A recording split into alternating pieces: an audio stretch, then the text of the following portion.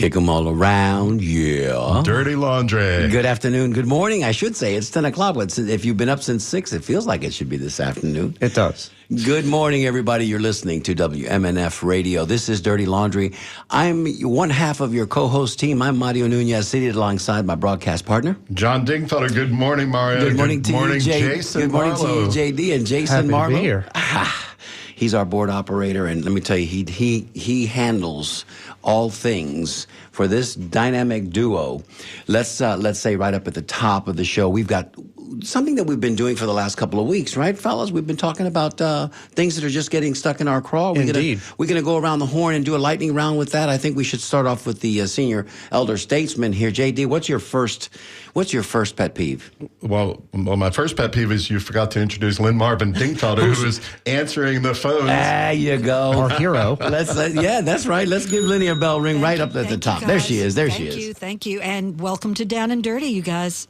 Good morning. Good morning, all. It's, for those of you who want to call in a little later in the show, we're going to have a very special guest, and the phone number is 813-239-9663. Call in a little bit later in the show, and we'll see if we can load those calls right now. Lynn's ready to talk to you guys. Yeah. We'll put you in the queue. All right. So anyway, for pet peeve number one is, and I'm going to address this later with our guest, the governor vetoed a proposal to encourage local governments to have electric vehicles, and in the state of Florida, which is what's amazing is the state legislature voted almost unanimously on both sides of the aisle for this bill to have state governments have more electric cars. In the city of Tampa, when I was there, that was one of my big things is let's buy electric cars, not only for the good of the city, but actually to encourage everybody to see our electric cars and say, hey, I should buy those too. If they're doing it, we should do it too. The governor, for some unknown political reason, vetoed that yesterday or the day before, and how horrendous is that? In keeping with Tallahassee and all things Florida, the Florida Board of Education is now adopting a new policy whereby we're going to, I guess, recreate history here in the United States of America, by which I mean that we're going to now reteach the history of slavery. And I guess the catch line here is that, slavery might not have been so bad for some folks. Hey, we taught them some skills. We taught them how to do things that otherwise they might not have learned to do. And just the fact that we are even attempting to mandate teaching K through 12 American history is I'm at a loss for words. So the Florida Board of Education, shame on you. So, sort of building on that, Tampa Bay Times had an article just the other day about we're losing faculty at major universities all across the state. We are seeing a physical brain drain of less people wanting to enroll here and going to graduate and PhD programs. And this is going to hurt our tax base 5-10 years down from the road. It's not just the problem now; it's the problem in the future. Lenny, you got something on that? Nothing negative. I'm just happy about the Barbie movie. Pink is the color for the weekend for sure. John, Lynn, you took my number 3 item. I got Barbie. I got Barbie written here. Nice job, one of the funniest things I saw in the preview of the Barbie movie was the fact that at a certain point during the movie, Barbie's feet start going flat, and all of her girlfriends go. No aging jokes, please. All of her girlfriends go, oh my. Anyway, interest rates. This is good news. Hopefully it will continue. Interest rates seem to be dropping a little bit, and that's good for everybody in regard to affordable housing. All right, so affordable housing was the pet peeve, but the antithesis to that, or the counter to that, is the good news. This is a Down and Dirty segment we called What's Bugging You? So I'm gonna offer this. This weekend, the Major League Baseball Hall of Fame will be inducting 2 new members, one of which is West Tampa and Carver City's own Freddie McGriff, the crime dog, a.k.a. the crime dog. Let's give him a ring. Taking a bite out of crime. Nice. The crime dog is finally getting his due. And whilst we are all happy about Freddie's new enshrinement into the Major League Baseball Hall of Fame, here comes the down and the dirty part about this. Whatever happened to Sweet Lou Piniella? Why is Sweet Lou Piniella not in the Hall of Fame? There are only 13 there are 13 managers in Major League Baseball history with more wins than Sweet Lou Piniella, Tampa's own. and 12 of them are enshrined in the Hall of Fame. Lest we forget that Lou in 1969 was the Rookie of the Year. He has a World Championship ring with the New York Yankees, as well as manager with the Cincinnati Reds. Well, do you think they have a quota on Tampa inductees? No, I don't think that's it. I think Sweet Lou threw a lot of bases around, and maybe it put some people out and off, and we just need to rally around Lou. Best baseball manager tirades in the history of the sport, and one of the best managers in the history of the sport. Took teams like the Chicago Cubs, the Seattle Mariners, the Tampa Bay Rays, and turned them around at a time when it couldn't be done. Sweet Lou, we're going to get you in. You know, Jason? I'm not a huge baseball fan, but I love when you see managers come out and kick mud at the umpires. That always cracked me up. Yeah, he was great at it. He was a professional mud kicker. I would say another thing that's irritating me. We have this emerging scandal we sort of talked about last week going on with the Tampa Mobility Department. We don't really know what's happening, but we know that 4 leading women who have been in senior positions within that department have all fled over the last month. Nobody really knows what's going on. There's a lot of speculation, but you can rest assured somebody's probably going to get scapegoated. We could invite the city to come on, but they probably wouldn't because it's going to be pending lawsuits. That is correct. So there would be that what's it called when you can't gag order. the NDA, gag order. NDA. Yeah, gag me. Go ahead, Johnny. What you got? You know Number what? 3. I'm you got Barbie, I'm but all out. She took Barbie. so you're going to just take a hard pass on Are that? you going to be mad at Oppenheimer instead, or?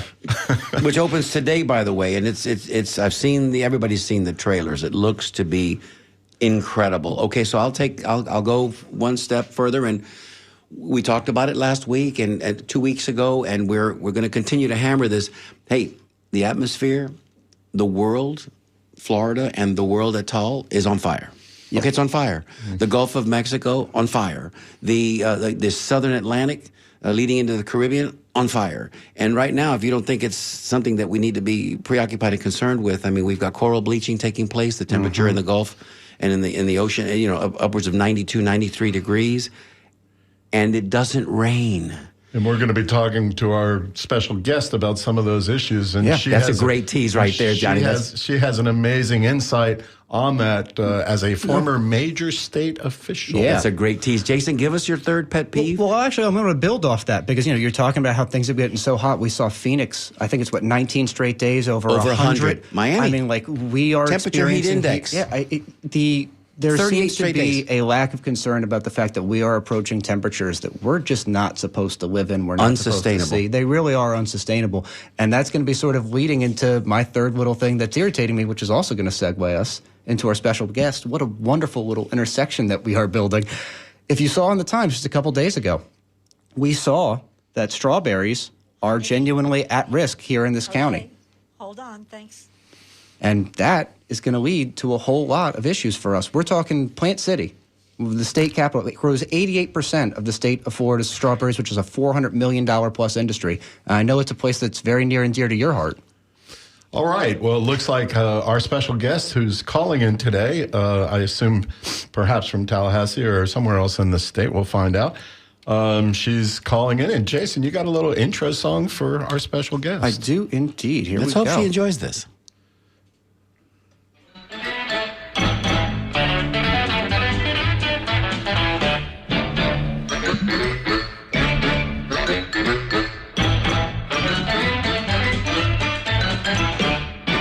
Green Acres is the place to be. Farm living is the life. All right. Children of a certain age can't get enough of that early TV. I grew up with my parents singing that song. We could not resist that song. Our special guest today is former Agriculture and Consumer Affairs Commissioner Nikki Fried. Nikki, are you there? I certainly am. Did you enjoy the song? I did. I laughed. I definitely had a chuckle. There we go. We were laughing chuckle. too. Well, all right, Commissioner Fried. Let me give a little intro on your bio, and you and I actually have a lot in common.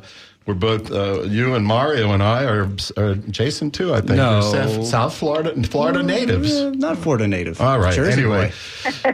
Commissioner Nikki Fried was, I believe, born, but I know she was raised in South Florida. Mm-hmm. She and I have in common we're both double Gators with an undergrad degree at the University of Florida and a law degree at the University of Florida. There you go. Go Gators. Go Gators. And but unlike me, who screwed off and partied, Nikki during during her undergraduate career was student body president. Very impressive, and also a member of Florida Blue Key.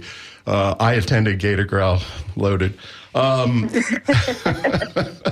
Nikki served us so well. She practiced law for many years, and then she went on to run for statewide office and became agricultural commissioner, I believe in, what was that, 2018? In one of the most narrow elections. I mean, I remember working on calling people to help cull ballots to make sure we got across the line. 7,000 votes out of millions.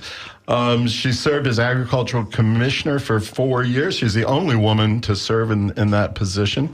And during her tenure there, she addressed all agricultural and consumer affairs issues, but also very uniquely gun control issues and medical marijuana issues.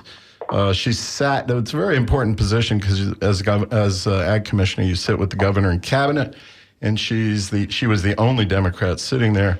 We can talk about that as well. She voluntarily gave up her seat to run for governor, and we appreciate that effort. Mm-hmm. And in 2023, this past February, she was elected by Florida Democrats to serve as the chairman of the Florida Democratic Party. I'm sure there's a lot more we could say, Miss Nikki Fried, but there you go. I'm John Dingfelder. These other voices are Mario Nunez. Mario Nunez, welcome, Commissioner. Well, thank you. And Jason Marlowe, who I believe you know. Pleasure to speak with you again, Nikki. Thank you so much for everything. Y'all too. Well, first, I want to do two small corrections. One, I definitely partied throughout college. How can you go to the University of Florida and not? So it was more of a balancing act than anything else. All right, we're proud of you on that. And I have a master's in campaigning too from UF. I actually have 3 degrees from the University of Florida. Whoa, good for you. Triple. Now, was that after your law degree? It was in conjunction. So I started the first year of law school, then the first year of the master's, and the last 2 years was overlapped on classes. So it's done at the same time. Well, I have a bachelor's from UF in agriculture and a master's from Virginia Tech in agriculture. So therefore, we do have a lot in common. Yes, of course. A lot of agriculture expertise on Down and Dirty Feeling a today. little insufficient today, but that's okay. All right. Well, Jason had a question to lead us off. Well, yeah. So, as we mentioned, we were talking about the concerns with Florida's $400 million strawberry industry. John here hails from the Great Plant City, which I came to love over my time campaigning in the Old House District 58, getting to know folks out in Bealsville in that area. And it's really concerning to hear that by 2050, we're looking at potentially not having the industry home to where, we have the Strawberry Festival. It's become part of our culture, right? And so I guess the concern is, what are we doing as a state? What can we do? And frankly, how do we get people to care? Yeah, those are fantastic questions. And it's not, unfortunately, just strawberry. It's all of our specialty crops. We are the specialty crop capital of the country. And that means all between strawberries, white strawberries, to blueberries, to, we do everything from cucumbers and corn. And we probably, I want to say roughly 130 different kinds of commodities that we grow here in Florida. But it's been it's multiple reasons why there's a problem inside of agriculture. The first is what is now the USMCA, which was NAFTA. We are allowing the Mexican country and the government to literally dump fruits and vegetables into our country, pennies on the dollar, either because they have less regulations for labor, less regulations for environmental standards, and the government subsidizes a massive amount of their agriculture. And because at the end of the day, we also know that they're trafficking humans and drugs, and really they don't care if they ever sell one of their tomatoes at cost. So that's all coming into our food stores, and it's cheaper. And so our buyers at all of our food stores go out and they buy the cheapest food possible to sell back to their customers. And so we as a customer have the power here. We have to demand that we are getting fresh from Florida fruits and vegetables in our food stores during our growing seasons, that we are not accepting Ecuadorian fruits and we're not accepting Mexican fruits and not buying them.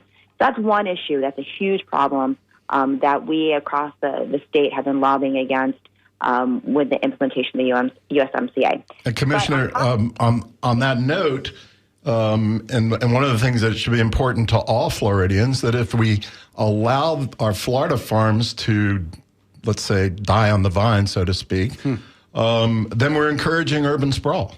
because those farms act as green space around our urban areas in many cases, and especially including here in Tampa, but I'm sure all over the state. And when those farms perish, the home builders come in and buy them at a less expensive cost, and then we get urban sprawl. And I'm sorry to interrupt. Go ahead. No, but you're absolutely right. Because once that agricultural land is gone, it's gone forever. And that's the heart of our state with agriculture. I mean, my gosh, we have the orange on our license plate. As all of us are Gators, we know that the name of our football stadium, Ben Hill Griffin, is the forefather of agriculture, of citrus here in our state. So our rich history is agriculture, second largest economic driver for our state. We feed 150 million people across the country every single year, export to 37 countries. This is a major economic issue for our state, jobs for our state, food security, national security, but also environmental, balance. So you've got the issue with USMCA and NAFTA. You also have the issue with environmental changes, that you are seeing more and more hurricanes that come through at higher speeds and weather that's destroying agriculture. I mean, this is what's happened to a vast majority of our citrus industry, is they can't rebound from so many of our hurricanes. Same thing in Hurricane Michael in the Panhandle, decimated $1.3 billion worth of timber that it will take another 10 to 15 years to grow back. Yeah, what was that? Citrus greening, and I'm sure that's still a huge problem. Mm-hmm. It gets spread by these big winds, right? So even when you feel like you've got a handle on it, all of a sudden it doesn't have to hit you directly, but if it's a big wind coming across the state, I think it spreads a lot of those spores. The psyllids. Yep. It is the Asian psyllid. It's a tiny little white moth, and what it does is it infects the tree, and that infection gets all the way down to the rootstock, and it actually basically strangles the tree of the life and energy that it needs to produce citrus, and when it does produce citrus, it unfortunately falls off the tree early. You've been hanging out at the Florida State Fair, Jason? Yes, no, he has. actually, yes, so many years ago. It sure sounds like it. No, many years ago, I drove out to Lake Alfred to meet with the folks at this the Citrus Research Institute, actually run by UF. And though I'm a Knoll, I will begrudgingly give you credit for this. And I mean, it's very concerning because one of the things that I spoke to folks out there is this is an industry that supports tens of thousands of jobs in our state. It's nearly $7 billion in our output, according to the Florida Department of Citrus in 2021. And when those folks lose those jobs because those developments, those groves become bulldozed and become housing, where are those folks going to go? Because these are mostly unskilled laborers. They don't have the capacity to transition into urban environments, and real concerns there. If you're just joining us, you're listening to Down and Dirty with Mario Nunez and John Dingfelder on WMNF 88.5 FM or streaming worldwide at WMNF.org. Commissioner, I've got a quick comment. And who do we have on the air? Yes, and joining us today is former Ag Commissioner and present day chairman of the Democratic Party, Ms. Nikki Fried. Nikki, so we haven't had the opportunity to shake hands, meet face-to-face, and stare into each other's eyes. Mm-hmm. But I was there when we had that get-together 3 or 4 months ago at the Tampa Convention Center, and I was there, and we kind of left a little bit early as things were getting a little crazy and weird. I don't know if you remember, you were giving a rousing, enthusiastic pep rally type of let's get out the vote, let's do what we need to do as good Democrats, but it was going out throughout the canyon in downtown Tampa, and you know what I'm referring to, and it was. We had a lot of people coming around us that night, and so was that an outdoor event? Yeah, there was the outdoor event at the Tampa Convention Center, and we had all of the top brass was there, including Miss Nikki and including Kathy Castor. So I mean, it was a lot going on. But anyway, I would have met you that night. We are going to cross paths again here pretty soon, where I can get the chance to invite you. It was a beautiful evening. I had just been elected chair, so it was. Not to, if that's the one you're talking about, right outside the convention center. Yes, outside. Yes. It was a beautiful evening. The food was good. The of course the company was amazing because we had all of our big players there, and it was wonderful. Just a little bit weird when the Trump acolytes started to yell things from the background like Trump. Well, that's when I started yelling, security. Well, Commissioner, we have met once or twice. I did 10 years on Tampa City Council. But more importantly, my wife, who is delegated to answer the phone today, Lynn Marvin Dingfelder. And the funny thing is, I didn't get a master's in campaigning, but I actually got a PhD in campaigning because I met and married the former Hillsborough County chair of the Democratic Party, and she's on the air right now. Sweet talking man. This is how he's kept you around. But anyway, I think, how many campaigns did we run? Politics is our life, boy. Yeah, Six, seven seven campaigns. Yeah. We ran out of our my gray hair shows it. out of our living room. But listen, as very involved Dems are all sitting around this table, we appreciate you taking that on. I know it's not really one of the hardest tasks in the state. It's like trying to turn an oil tanker around in a kiddie pool, but if anybody can do it, she can. I appreciate it. I was actually, when I was deciding to run for chair, people kept saying, normally people don't jump onto the Titanic after it hits the iceberg. But yeah. Where's my bell? There it is. There you go. that was very nice. I hadn't heard that before, but that's beautiful. Well, let's talk about the proverbial elephant in the room. Well done. What are we going to do to turn Florida at least purple, if not blue again, Commissioner, and now Chairwoman Freed? Yeah, it's a couple of things. First of all, our state is still purple. The people that live here, the issues that are important to all of us is very much purple. You can't have a state that elected me as Commissioner of Agriculture 4.5 years ago, who's passed every constitutional ballot initiative from medical marijuana to restoration of civil rights to $15 minimum wage, and all by 60-70%, and think our state is red. The problem is that we haven't been showing up to the ballot box to prove that we are purple. But that's what we're going to do. We have to make sure that we're going back to the basics. That's everything from bringing back in-house voter registration. It has been farmed out to third parties for the last few election cycles. And so, of course, we are seeing a huge increase of our NPAs and not as much our Democrats, because we haven't been going out there and doing the voter registration. We also haven't been doing the year-round organizing. That has stopped. Every day, our Democrats are going out into the streets. We didn't last in 2022. We didn't field 67 candidates, whether it was House, Senate, or congressional. That is a huge morale boost, morale dimmer in any county or area where you don't have a full slate of candidates.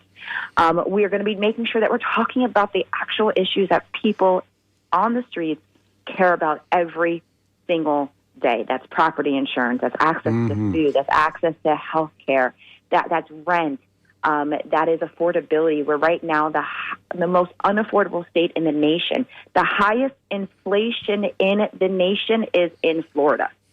And so, we're just talking about that top of this conversation, is that the Republicans have been touting all these people that have moved into our state. The numbers we've been hearing for 5 years, 1,000 people moved to our state every single day.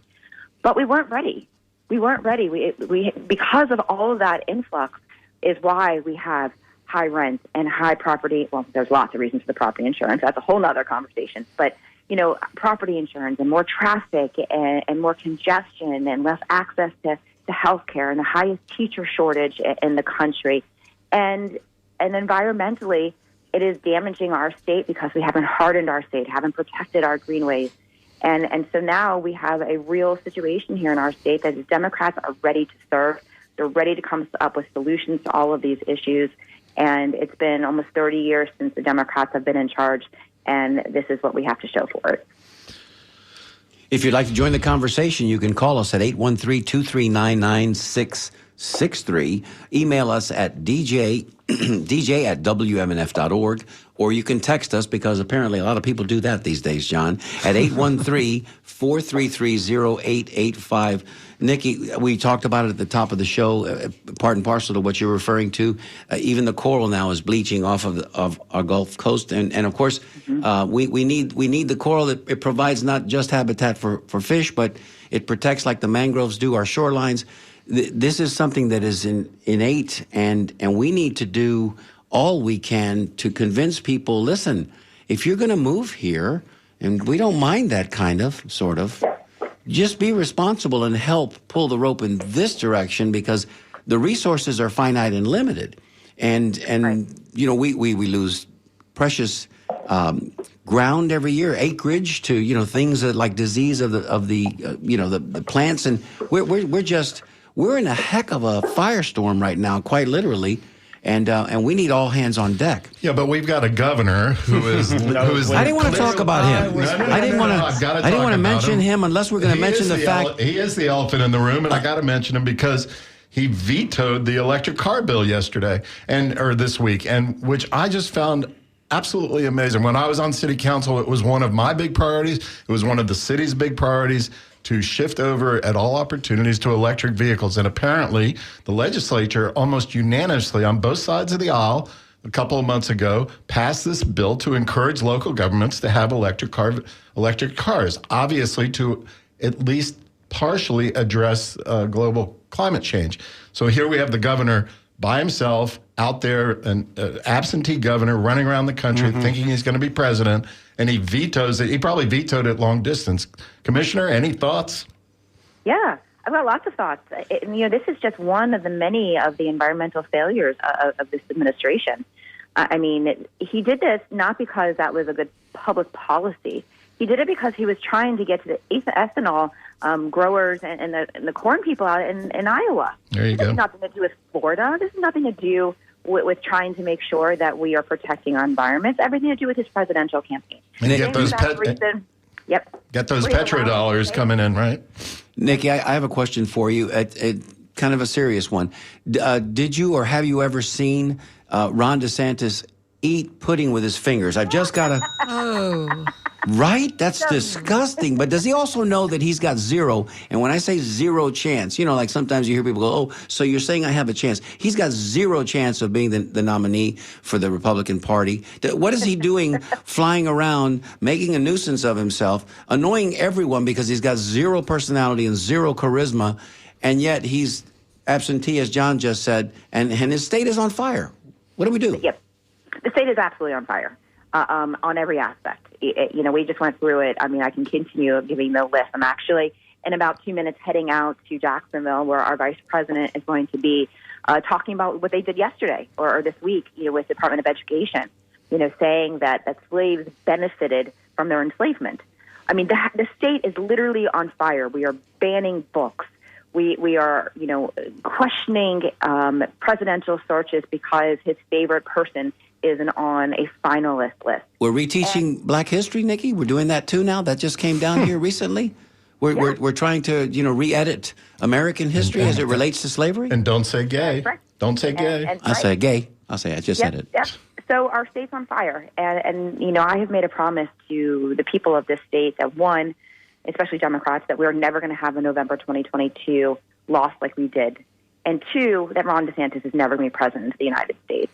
And so, have I seen him eat pudding? No. Oh, thank you for circling back to the going back question. to that. Thank you for going back to the original question, Nikki. And full disclosure, I was on Team Nikki Fried when you were running for governor, and I was very disappointed and downhearted when that didn't happen. Right? We all know what took place, but I just thought you would have been a much more formidable opponent, being the only statewide elected Democrat on the cabinet. Only the second woman. And only the second. And only the second woman, Betty Castor, and you, right? No, Alex Sink. Oh, I'm sorry. Comptroller. Yeah. Oh, my friend Alex Sinks can be mad at me. The phone's ringing now. The phone's ringing. But we are so grateful as part of Democratic Nation. We're so grateful to have you there at the helm, because we know you don't back up. We know you're an inside fighter, and we know you don't shy away from a good fight. I have a quick question, if I can. Shoot. If I can insert, guys. Nikki, how do we re-engage the young ones who are disengaged? Not everyone cares about the color of the coral. I understand we want to hit them in their pocketbook and have them understand that this is important to them. But how do we bring them back? Politics has changed so much in the last decade. It's gotten so nasty. That has turned people off. How do we bring them back without being nasty when the other side is going to be nasty? Yeah, so to your point, this generation needs to be engaged. Here in the state of Florida, we've got the second largest student population. Only California is larger than us. And so what I have been able to do is, one, create a youth council. So I've got about 35 to 50 of our 35 and unders, everything from college Dems, young Dems, high school Dems, and those that are involved already in a lot of the youth movement, that we meet once a month. They've broken themselves down into committees. We are going to be then hiring a statewide youth coordinator. We are going to be having a director on every single one of our colleges and university campuses, deputy directors, and we're going to be talking. And we have already been giving them the microphone. They were at my Unity rally in May. We had Leadership Blue a week and a half ago. They not only helped to coordinate the whole weekend. I had them on stage. They were part of what we are doing here. The issues that we're talking about, we're actually going to be doing a college tour September, October, hitting all of our universities and colleges, and talking about the issues that they actually care about. Because you're right, but the issues they care about is gun violence.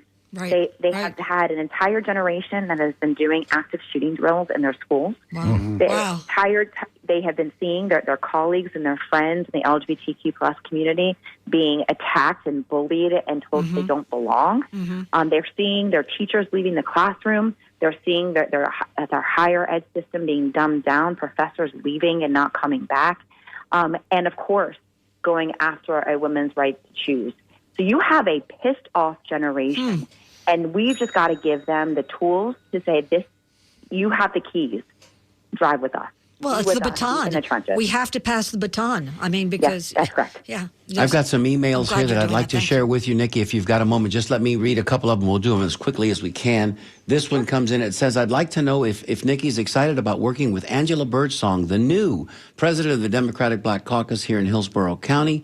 And can you send some love and money so we can deliver the 60,000 registered black voters to the polls? That comes from Angela Birdsong. So you got a conversation to be having with Miss Birdsong, apparently, Nikki. Yes. Well, first of all, the Black Caucus was significantly important in my race in 2018, my race in 2022, and then put me over the top for my chair's race as well. So I am very hats off and very appreciative of all of the help from the Black Caucus across the entire state. And so much so that we have appointed a vice chair of the party that his sole responsibility is Black outreach, Black engagement, year-round organizing, investment in Black-owned media, and have, for the first time ever, allocated additional resources in an off-cycle year for those efforts. And so this is a very large priority for us, and they've already been working on working through all of that. And so this is a very big priority. So, yes, I'm looking forward to working hand in hand as we come to Hillsborough and we all work together to turn out the vote. Miss Angela, there's the answer to your email. There's another email that comes in from Jane from St. Pete. It says, this is a great show today. So glad to have Nikki Fried on. Now let's GOTV, which is the acronym for Get Out the Vote. Enough of Republican rule. We must take our state back. And again, that's from Jane in St. Pete. Jason. So I want to build on something. We're talking about trying to get young people out to vote. And, as we may or may not be aware, we have cannabis potentially going to be on the ballot in 2024. Jason's sort of young. Sort of young. I would 35 in October. Does that count? 35? Where do I don't know where I Let's go. categorize. Let's get the cannabis going. Let's go. But to that effect, talk about something that could be a driver for young people. Recreational. Yeah, motivating people to get to the polls. What can we be doing to help support this initiative? I know Ashley Moody, our local state... Our local plant city past Strawberry Queen. Yeah. And interestingly, Nikki, you went to law school. Former with Florida Ashley. Gator as well. Yep. I went to undergrad and law school with Ashley. It's funny. But anyway, Jason, go ahead. But what can we do to help support that initiative? What are we seeing from the Republican legislature and from the governor's office and obviously from Mrs. Moody to stop that initiative? And I guess, what are we going to do about the fact that we have what's already the nation's third largest cannabis market? It's like, why aren't we finding a way to tap this resource, further tax it, and use it as, a way to help improve our state? Right. Well, and obviously, I think everybody should know by now, especially your listeners, that I have been, will continue to be a huge proponent of not just state legalization, but federal legalization and expungement. In fact, I am now on the NORML board, including one of your other locals down in your neck of the woods on Suncoast NORML. And so what we can do right now, first of all, they've got the signatures. They got the signatures to get it onto the ballot. I think they just hit over 1 million or close to 1 million signatures. Fantastic. Yep. And so it is now waiting. I believe the oral argument is in August, where you will have those proponents of the Constitutional Ballot Initiative and then, of course, our Attorney General on the opposite side of that. And then that's going to depend on what the court does. If the court says green light, this language can go onto the ballot, I have no doubt in my mind that it will pass. But it will be upon all of us to get the word out there, making sure people know that cannabis is on the 24 ballot. The legislature is not going to fight this. 95% of the legislature, including Republicans, are all annoyed that this is even still a conversation topic. They want, obviously, restrictions on age, and they want to make sure that the products are safe, which of course. And the governor has not said anything about the constitutional ballot initiative, but he is not a proponent of cannabis. How many states have already done recreational, Commissioner? So we right now have roughly, I want to say about 39 states that have a medical program, and 12 states that have completely legalized. Right, and it's no big deal. Colorado, Washington State, New York, The whole left coast. They've been doing it for a while. And for a while, and lots of money coming in. And successfully, that's right. Yeah. Economic driver. Mario, what do you got? Well, I've got another email. I need to read this one to you, Nikki. This is important. It says, listen to Nikki and vote, exclamation point. Mm-hmm. She's working with smaller red counties like Hernando and Citrus. She is brave, young, and knows how to organize the youth. Who's this Nikki person we're talking about? I'm not sure. All right. I'm a member of... go ahead. You're not I'm done? finishing up. I'm a member of WMNF for many, many years, and I'm happy you are bringing this subject to us today. This is Liz from Spring Hill. Thank you so much, Liz. And for those of us who've just tuned in, this is WMNF, Tampa, WMNF.org on your internet. Down and Dirty is our show with Mario Nunez, myself, John Dingfelder, and our special guest today is Nikki Fried, who is a former Commissioner of Agriculture, and she's now chair of the Florida Democratic That's quite Party. an important job. People don't realize. I mean, you have to realize Florida being, the agricultural center that it is. Well, and then consumer affairs is huge, and nobody thinks about that. Every part. time somebody gets gouged for a bottle of water after a hurricane, it's that office that's trying to help protect, innocent consumers from people who would take advantage of folks. I mean, it's an enormous scope and scale of a job when you consider we're the third most populated state in the United States. I mean, we're talking from the tip of the panhandle all the way down to the Keys. That's a lot of people who need help. Hence, wouldn't she have made a wonderful governor? Yes, she would have. Okay. All right. I'm going to ring my own bell on that one. Yeah, So, please. so jumping back a little bit to the governor, the current governor, I won't mention his name. I don't want to give him free press. No. But the current governor's Pudding fingers. piss poor Meatball. environmental record.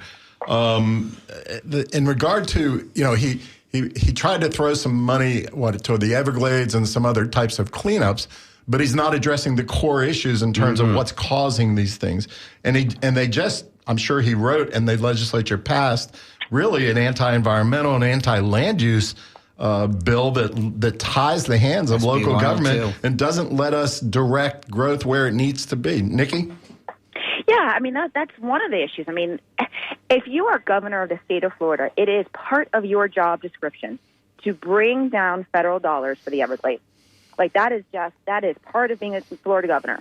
But everything else associated with it, he has dropped the ball. There was a blue-green algae task force in 2019 that he was trying to be all environmentally savvy for and then never did anything with it. Vetoed this past year all of the money for infrastructure.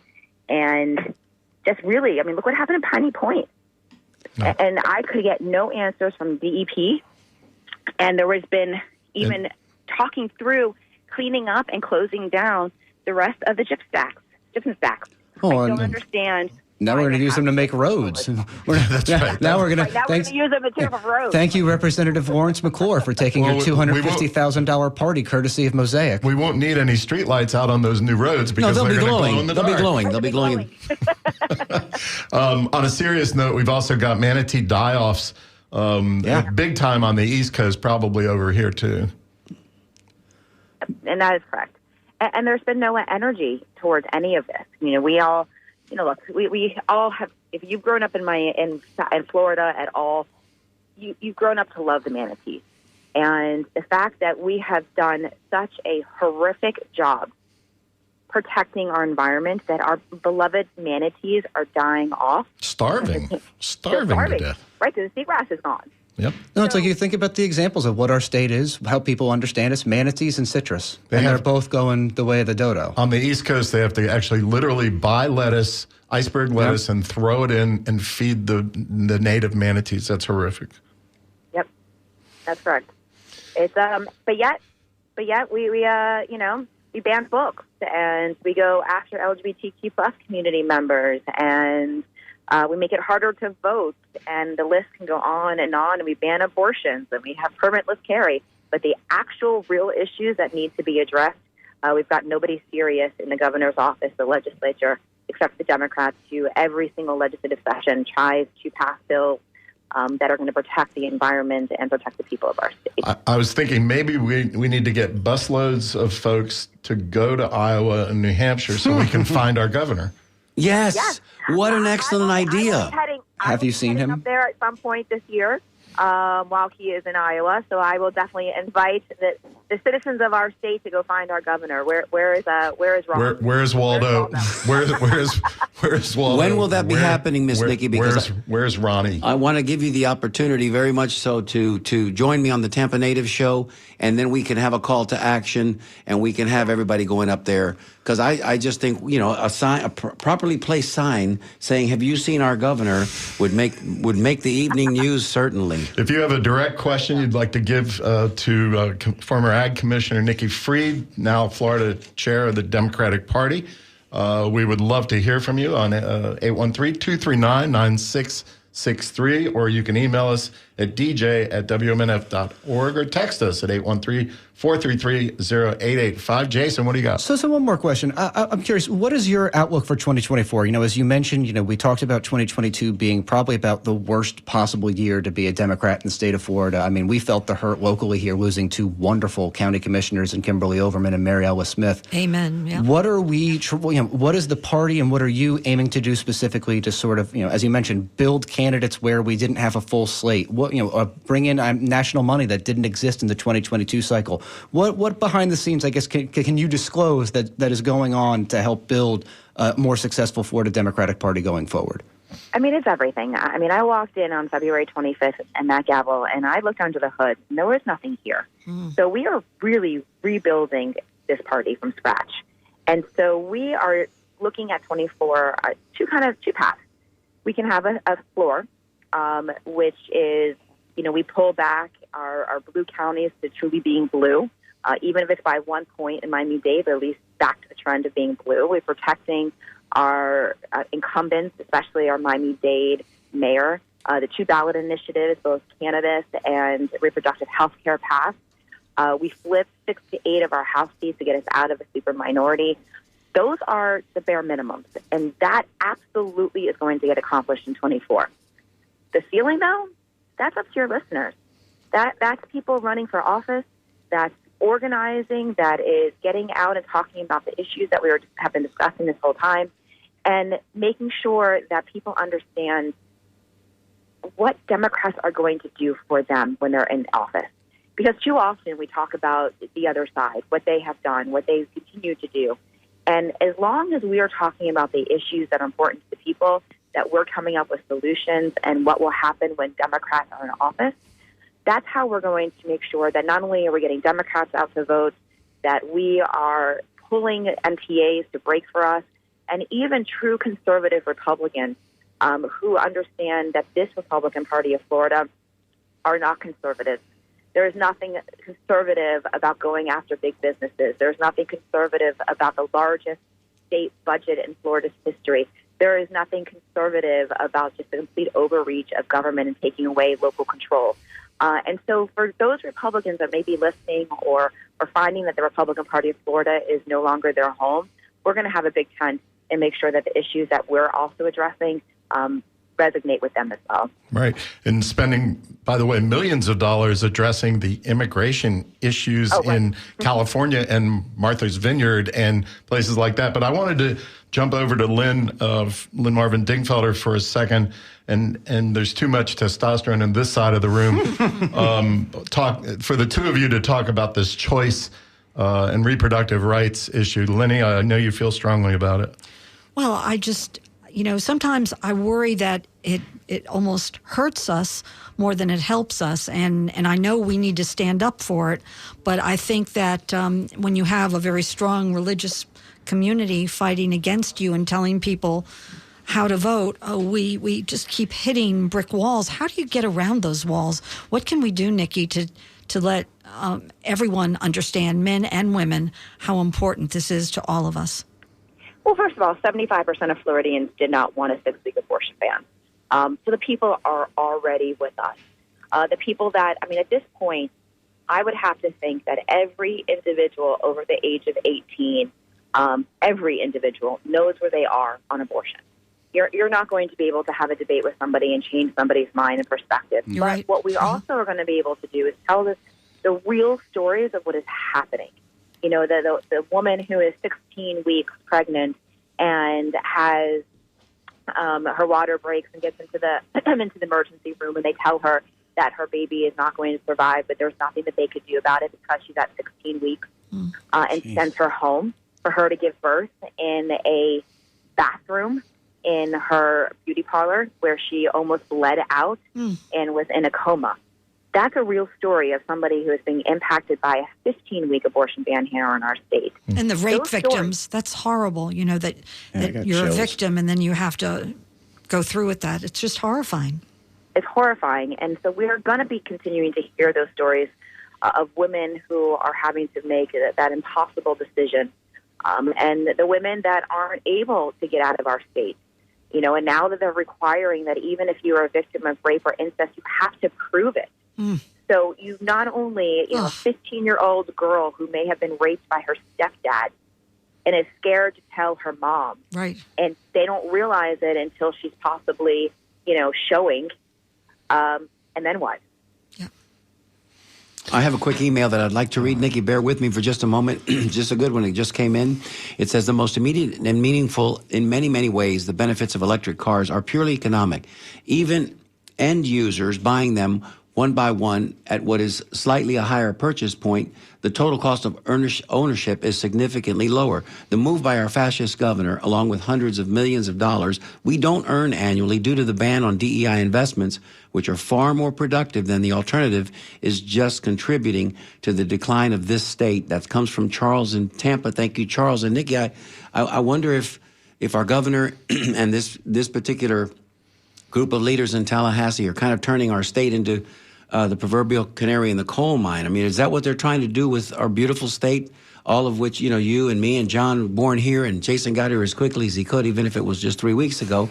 But, what are they doing to Florida? What are they doing? Because they are doing to Florida in changing the dynamic that it's becoming unsustainable. And by the way, my grown children, one of which is about your age, Nikki, they refuse to come back to Florida, and they often cite sea level rise. So Florida is one of the most vulnerable places, and yet we seem to keep turning our back on this global climate change issue. Commissioner. Yeah, this is not something that just popped up on us. This is something that has been discussed since Lawton Chiles was governor of our state. We know that we have an environmental disaster on our hands, and unfortunately that hasn't been addressed. We couldn't even say climate change or climate crisis under Governor Scott. And now, he wants to get reelected, and that we are going to be fighting hard to make sure that we take down Rick Scott, who spent 8 years denying that the climate was actually changing and putting in guardrails. And so, they completely have neglected it. When you start seeing every time that it rains, it floods in our coastal communities in South Florida, that you're soon not going to be able to have a 30-year mortgage. Mortgage companies aren't going to give a 30-year mortgage if you live on the coastal communities of South Florida. This is going to have an economic impact, and that we need serious leaders. But the problem is that Ron doesn't care. Ron his eyes are already on his failed POTUS primary, and so he's left. And every single decision that he has made, is to benefit his political career, his and Casey's. It's also not. It's a dual combination there. I'm hearing rumblings that she's eyeing 2026 run for governor. So this is something that everybody in our state needs to understand. What the two of them are doing is virtually all about them and nothing about the people of our state or the environment. They are the elephants in the room. Mario, all of a sudden our phone's ringing up. Phones are blowing up with 4 about minutes to go. It's well a little more than 4, but I just need to read this one, Nikki, because I think Wait. Let's take a call. Lenny, any of those calls good? let me read this while we're deciding. Nikki, it says, Nikki, I would vote for you to replace the governor or Senator Skeletor or Marco. Please run. I wanted to get that out, right, Senator Skeletor. So yes, please run, Nikki. Run, Nikki, run. We got a couple of minutes left. Should we try one of these calls? What's that first one there? All right, let's go. This gentleman this person's been waiting the longest on the air. Caller, can you hear us? You're on the air. Quickly. Hello, caller. Yes, I can. Yes, sir. Can you hear me? Yes, sir. Yes, good afternoon. Well, good morning. Yes, my name is Nibbity. I'm the local attorney, and I commend the work being done. But as an African-American, I can constantly say, and we're in the large donor items room with the affluent African-American of the state, because Florida has one of the largest gainfully employment payrolls in the country as far as African-Americans. We hear the constant rumblings, the promises that have been empty. And when the Democratic Party comes to a local black organization with outdated, really conditioning rhetoric, I'm just kind of curious. Yes, there was a follow-up meeting in which So I'm having a little bit of a difficulty with hearing the question. Mm-hmm. Okay, well, bottom line is on your question, sir. Yes, my question is all the things that are being said, well done, but I query the black community and the plight of all of this and the court votes. So promises have been left unanswered, and promises are outstanding. I do commend the work. Keep up the good work. I'll take my answer off there. Thank you all. Thank you, sir. So that's basically what we're talking about is the new leadership, and we've got to give Nikki a chance to rally the troops, right? And we heard from Angela Birdsong here locally. I think that's what the caller was referring to, that, don't come courting us if you're not going to follow through, and stay with us. So, Nikki, your thoughts. Right. No, that's absolutely correct. And that's things that I talked a lot about as commissioner and when I was running for governor, is that we too frequently we go to our minority communities right before an election and ask for the vote. And haven't done anything in the interim to serve, to give back, and to make sure that the issues that we campaigned on, which is why it was really important as my 4 years as commissioner, I created the first ever diversity and inclusion director, the first ever LGBTQ advocate, elevated our consumer events. We made sure that we were looking at energy efficiency disparages in our minority communities. We focus a lot on consumer health in our communities, and especially during times of crisis like hurricanes, we know that so many of our minority communities are left out in the lurch, where they don't have financial resources. They aren't the first ones to get FEMA. They aren't the first ones to get support on rebuilding or even clearing out the home. And Commissioner, I would think there's a built-in issue there in terms of the governor and the legislature doing all this anti-woke stuff. I mean, basically, let's pretend that slavery never existed in the Civil War. None of that era ever happened, and also the post-Civil War and the Jim Crow and everything else. Let's just pretend it never happened and not educate any of our students about that. I think that's a built-in issue for the minority community. The dumbing down of Florida, DUH. Indeed. As we come to the close of the show, Nikki Fried, thank you so very much for accommodating us today and taking the whole hour with us. We were nervous we were going to lose you and then just sit here with dead air as we didn't know what to do. but thank you so much for being with us today, and we really appreciate you. We support you. Thank you. We support you, and anything we can do to help you going down the road, please let us know. Please touch base with us anytime you got issues you want to get out there, or when you come into town. We'd love to have you in the studio, of course. 100%. This woman believes in you, Nikki. I know you can do it. Thank you. We're motivating this party. We're inspiring the next generation, and we're going to get out the vote and take back our state. You're here. Thank you so much. Have a great day. Lastly, as we come to the close of yet another fabulous edition of Down and Dirty with Mario Nunez and John Dingfelder, a shout out to Anthony Dominic Benedetto, who today boarded that last train.